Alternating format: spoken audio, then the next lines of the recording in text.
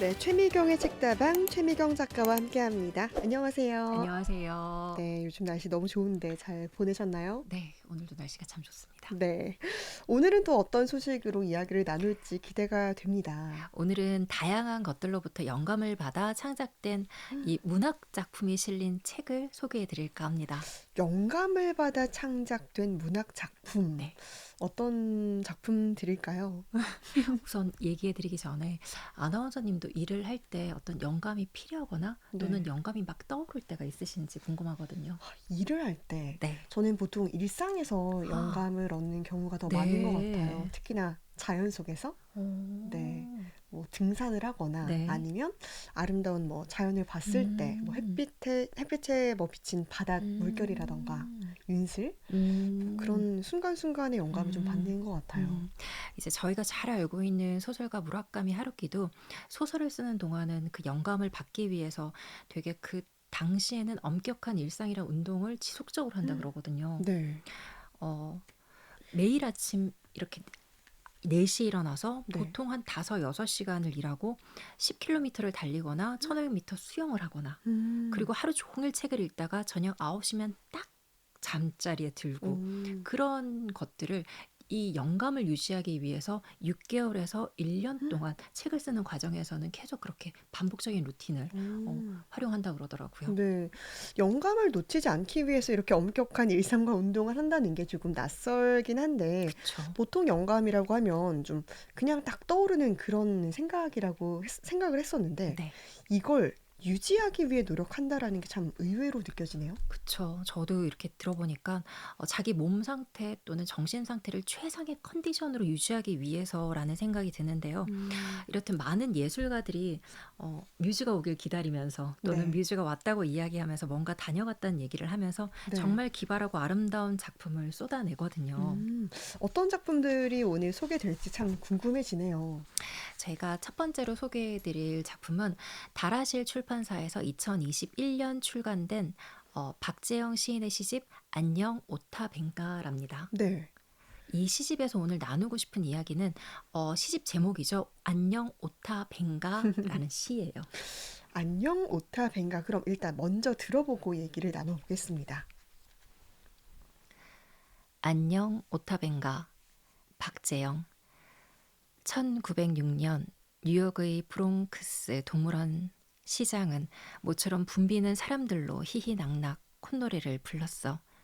특별히 거금을 들여 데려온 동물이 시쳇말로 대박을 터트린 거지. 원숭이 우리 앞 팻말에는 이렇게 쓰여 있었어. 나이 24세, 키 150cm, 몸무게 49kg, 인간과 매우 흡사함. 난생 처음 본 동물 앞에서 잠시 머뭇거리던 아이들은 이내 빵 부스러기, 과자 부스러기를 던져주며 좋아했어. 물론 몇몇 어른들은 기대했던 눈요깃거리에 못 미친다며 야유와 욕설을 내뱉기도 했지만 말이야. 1904년 벨기에 군이 콩고를 침략했을 때, 콩고 원주민의 시체가 산을 이루었을 때 24살의 피그미족 청년 오타벤가도 비극을 피할 수는 없었어. 일가족이 학살당하는 생지옥에서 간신히 살아남았지만 결국 붙잡혔고 노예 상인에게 팔렸지. 이후 미국 센트리 루이스의 만국 박람회와 뉴욕의 자연사 박물관에 전시되었다가 뉴욕 브롱크스 동물원으로 팔려와 원숭이 우리에 전시된 것이었어. 1910년 인권운동가들의 항의로 풀려나긴 했지만 1916년 벵가는 권총 자살로 36해라는 짧은 생을 마감했지. 믿을 수 없다고? 거짓말 같다고? 그렇다면 봐. 저기 오타 벵가가 지나가잖아. 오타 벵가가 웃고 있잖아. 안녕 오타 벵가. 네, 여기까지잖아요. 근데 이게 듣다 보니까 대체 어떤 상황이지? 라는 생각이 좀 들어요. 그렇죠. 네. 사실 저희가 이렇게 역사를 돌이켜보면 인간이 상상할 수 없을 정도로 잔인하고 반윤리적인 행위들이 이루어지는 경우가 좀 있더라고요. 네. 이것도 지금 식민지 원주민들을 잡아다가 우리 속에 가둬두고 네. 전시했던 인간 동물원에 대한 음. 이야기를 박재영 시인이 이 안녕 오타벤가를 통해서 이야기를 했던 거거든요. 네. 이 콩고 자유국에 살던 오타벤가가 노예 상인에게 팔려 세계 박람회 인간 동물원에 전시되고, 음. 그다음에 동물원에서 원숭이들과 함께 노는 모습까지 관객들한테 노출되면서 되게 비극적인 생을 살다간 이 오타벤가가 실제 이야기를 음. 바탕으로 한 시거든요. 네. 그러니까 실제로 이 인간 동물원이라는 참혹한 역사를 배경으로 영감을 받아서 창작한 시다라는 거죠. 맞습니다. 저희는 음. 영감이라고 하면 정말 아름다움만 생각을 하는데, 네. 아름다움 못지않게 이 잔혹함이나 어떤 슬픔 이러한 것 동안 음. 또한 예술가들에게는 되게 예민하게 음. 받아들여질 수 있는 부분이고, 또 감성을 자극하는 부분이거든요. 그렇겠네요. 이야기를 하다 보니까 이제 전쟁을 비극을 소재로 한 피카소나 게르니카 등의 예술가들이 떠오르기도 합니다. 맞습니다. 이 예술가들은 솔직히 자신의 작품으로 자신의 이야기를 하고자, 자신의 이야기를 표현하고자 하거든요. 네. 그 표현이 어떤 사회에 대한 어떤 음. 발언일 수도 있고, 누군가에게 주는 위로가 될 수도 음. 있죠. 네. 그럼 이번에는 좀 소개해 줄 책이 그림의 영감을 받은 문학 작품이라면서요? 맞습니다. 미국이 가장 사랑하는 작가로 꼽히는 에드워드 호퍼의 그림에 영감을 받은 네. 17명의 작가가 쓴 단편 소설집 빛 혹은 그림자이거든요. 네. 먼저 이 책에 나오는 서문을 좀 들려드릴까 하거든요. 네. 로런스 블럭이 이 책을 시작하는 어떻게 시작하게 됐는지 그 부분이 나와 있습니다. 네네. 오랜 세월 동안 나는 글쓰기에 관한 글, 발상에 관한 글을 써왔고, 그렇기에 독자들은 아마도 내가 이 책의 아이디어의 단초에 대해 설명할 수 있을 거라고 기대할 것이다. 그러나 그럴 수 없다. 이 아이디어는 서론과 제목을 비롯한 모든 것이 그저 그곳에 있었고, 나는 별로 깊이 생각하지 않고 이 파티에 가장 초대하고 싶은 작가들의 명단을 만들었다. 거의 모두가 기꺼이 초대에 응했다. 모두가 나의 친구들이긴 하지만 우정 때문은 아니었다. 다른 할 일이 없어서도 아니었고, 내가 그들에게 줄 푼돈이 아쉬워서도 아니었다. 그들의 마음을 사로잡은 것은 에드워드 호퍼였다. 그들 모두 그의 작품을 사랑했고 그의 작품에 화답했다. 지극히 작가다운 방식으로. 미국에서나 전 세계적으로나 호퍼의 작품에 대한 열렬한 환호는 전혀 희귀한 현상이 아니다. 그러나 독서가와 작가들 사이에서 유독 그렇다는 생각이 든다. 호퍼의 작품들이 이야기에 심취한 우리 같은 사람들에게 강한 반향을 불러일으키기 때문이다. 이야기를 읽으며 기쁨을 얻는 사람이건, 이야기를 들려주며 기쁨을 얻는 사람이건, 어느 순간 에드워드 호퍼의 팬이 되고 마는 것이다. 호퍼는 사파가가 아니었고 서사화가도 아니었다. 그의 작품들은 이야기를 들려주지 않는다. 다만 그 그림들 속에 누군가 읽어주기를 기다리는 이야기들이 들어있음을 강렬하고도 거부할 수 없는 방식으로 암시할 뿐이다. 호퍼는 캔버스 위에 펼쳐진 시간 속의 한순간을 우리에게 보여준다. 거기엔 분명히 과거가 있고 미래가 있지만 그것을 찾아내는 일은 우리 자신의 몫이다. 음. 그러니까 이 작품은 지금 그림의 영감을 받은 작가들이 맞아요. 썼다라는 거잖아요. 맞습니다.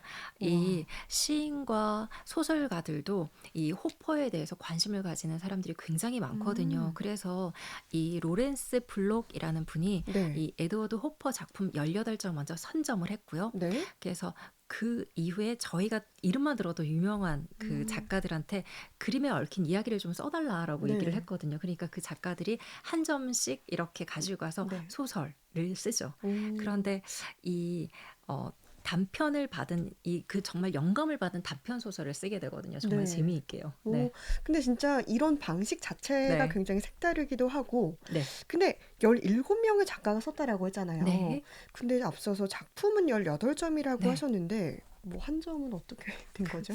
아마 그 그림이 가장 어렵지 않았을까. 그래서 아무도 작가를 만나지 못해 가지고 음. 이 그림은 작품집의 네. 표지로 이렇게 들어가게 돼서 독자들한테 더 많은 영감을 불러일으키게 음. 됩니다. 독자들이 작가가 되지 않나 싶은 그런 맞습니다. 생각이 네. 들기도 하는데요. 오늘 또 소개할 마지막 책은 미발간된 책이라고 들었어요. 맞습니다. 이제 곧 나올 책인데요. 네. 4월 22일 발간 예정인 네. 도서출판 득수의 쇼팽을 읽다입니다. 쇼팽을 읽다. 네. 이게 어떤 책이죠? 200년 전에 쇼팽은 이 폴란드 시인 아담 미츠케비치의 서사시를 읽고 영감을 받아서 쇼팽 발라드 1, 2, 3, 4번을 작곡을 했다고 하거든요. 네. 근데 이 쇼팽 발라드 1, 2, 3, 4번을 가지고 득수의 소설가 4명, 시인 4명이 각각 영감을 받은 소설과 시를 써내서 이걸 엮어가지고 저희가 음. 쇼팽을 읽다로 출간을 하게 되었습니다. 굉장히 재밌는 방식으로 네. 또 만드신 것 같은데 네. 저희가 좀 부분을 들어볼 수 있을까요? 쇼팽 발라드 2번을 듣고 쓴 김강의 소설 블라블라블라를 네. 들려드릴 텐데 이게 첫 부분이거든요. 네네. 아이가 그것의 어딘가를 만졌어. 그것은 눈을 떴지. 귀가 열린 순간이기도 해. 아이의 말이 들렸으니까. 안녕? 아이가 만져서 눈을 뜬 것인지 말을 걸어서 눈을 뜬 것인지 알 수 없었어. 그것은 자신에 대해서도 알지 못했지. 그것이 처음 본 것이 아이였다는 것. 유일하고 분명한 사실이었어. 이게 첫 부분이다라고 하셨잖아요. 네. 근데 첫 부분부터 그 주어가 아니라 어, 그것이라고 나오는데 네. 아이가 그것의 어딘가를 만져서 음, 눈을 떴고 귀가 열렸다. 여기서 그것 이게 뭐죠? 뭘 것 같으세요? 그것이. 그것이 뭐 눈을 뜨고 네. 귀가 열렸다라고 하니까 네. 일단 뭐 생명이 있는 네, 네, 생명체다라고 네, 추측이 네. 되는데 사실 뭔지 모르겠어요. 이야기를 조금 그 뒷부분을 조금 더 한번 들려드릴게 다시 한번 추측해 보십시오. 네. 아이가 던진 공을 형이 쳤어. 공은 아이의 가랑이 사이로 빠져나갔지. 공을 쫓아 달려간 아이의 앞에 그것이 서 있었어. 그것에 공이 부딪혀 멈춰 있었던 거지. 공을 주워든 아이는 그것을 올려다보았어. 그리고 말했지. 안녕? 고마워. 아이는 안경을 끼고 있었어. 넓은 귓바퀴와 귓볼로 둘러싸인 귓구멍이 앞을 향해 있었지. 세상의 모든 소리를 들을 수 있는 듯 보였어. 불룩하게 솟아있는 있는 뒤통수 속은 질문으로 가득 채워져 있는 것 같았지. 녹색과 검정이 섞인 반팔 셔츠에 무릎 아래로 내려오는 짧은 바지를 입었고 뒤 호주머니 근처와 무릎에는 몇 번 넘어진 탓에 흙이 묻어 있었어. 대답을 듣겠다는 듯 동그래진 눈으로 올려다보는 아이를 보며 그것은 무어라 말을 하려 했지만 아무것도 하지 못했어. 소리를 낼 수 없었던 거야. 어디쯤 입이 있는지 알 수 없었으니까. 그것이 할 수 있는 것은 아이의 말을 듣는 것과 아이를 보는 것뿐이었어. 심지어 무엇으로 아이를 보고 있는지 아이의 말을 듣는지조차 알지 못했어. 왜? 무슨 일이야? 아이의 아빠가 뒤따라와 물었어. 그것은 그 말을 듣지 못했어. 아빠의 얼굴과 입술이 움직이는 것은 보이는데 그가 하는 말은 들리지 않는 거야. 아니요. 형아가 친 공을 2번이나 막아주었어요. 고맙다고 인사하는 중이었어요. 네, 여기서 이제 그것은 소리를 낼 수 없고 아이의 말을 듣는 것과 아이를 보는 것만 할 수 있다라고 했네요. 정말 뭔 것 같으세요? 처음에는 네. 저는 곰인가? 라고 생각을 했다가 너무 좋다.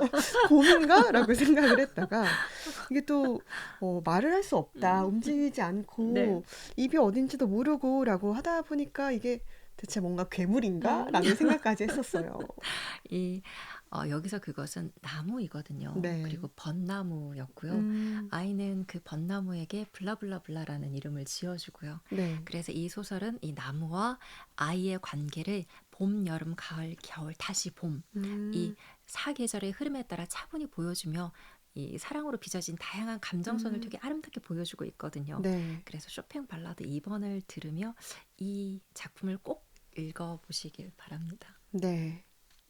오늘은 이 영감을 받아서 창작된 문학 작품과 관련된 이야기를 했는데 오늘 최미경의 책다방 최미경 작가와 함께 했습니다. 말씀 고맙습니다. 감사합니다.